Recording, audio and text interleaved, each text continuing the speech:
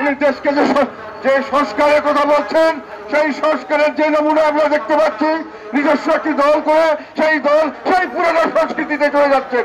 সেই দল সেই পুরানো ভাবে চাঁদাবাজি বিভিন্ন ভাবে মানুষকে, ব্যবসায়ীদের কাছে ভয়ভীতি প্রদর্শন করে, সরকারি তহবিল ব্যবহার করে, সরকারি কর্তৃত্ব ব্যবহার করে, বিচার বিভাগ অন্যান্য বিভাগকে ব্যবহার করে, দুর্নীতি দমন কমিশন পুলিশকে ব্যবহার করে তারা চাঁদাবাজির মাধ্যমে একটা তাদের অভিযোগ তারা বিরাট ফান্ড করে শোডাউনের রাজনীতি করছেন।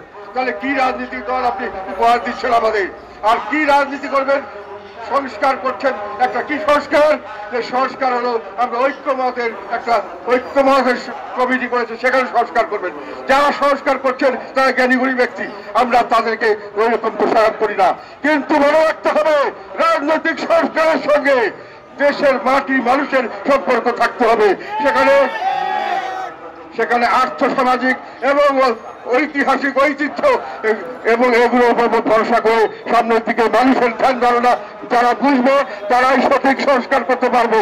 বর্তমানে যারা আছেন তারা এইসব ব্যাপারে অভিজ্ঞ নন, তারা দেশের রাজনীতি জানেন না, দেশের ইতিহাস ঐতিহাসিক যে প্রেক্ষাপট জানেন না, দেশের সংস্কৃতি জানেন না, দেশের আর্থ সামাজিক অবস্থায় রাজনীতি কিভাবে চলছে সেটা তারা জানেন না।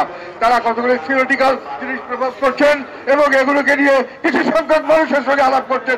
দেশকে বিভক্ত করে প্রত্যেক মানুষকে বাদ দিয়েছেন। আমরা আওয়ামী লীগ সহ আর অনেক দল মিলে সবসময় কোন নির্বাচনে 50 ভাগের কম ভোট আমরা পাইনি, তাদেরকে উনি বাদ দিয়ে রেখেছেন। উনি বলছেন যে আমরা ঐক্যবদ্ধ ভাবে সবকিছু করবো, উনি করছেন সম্পূর্ণ অনৈক্য ভাবে সব করছেন।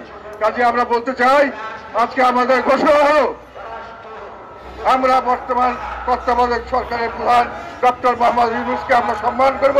উনি আমাদের একমাত্র নোবেল লরেট, উনি আমাদের সম্মানের বস্তু, আমাদের মাথার মুকুট। আপনি যেখানে ছিলেন সেখানে থাকুন, আপনার উপরে আমাদের আর কোনো আস্থা নেই। এই বর্তমান ইন্টারিম গভর্নমেন্টের থেকে আপনি চলে যান।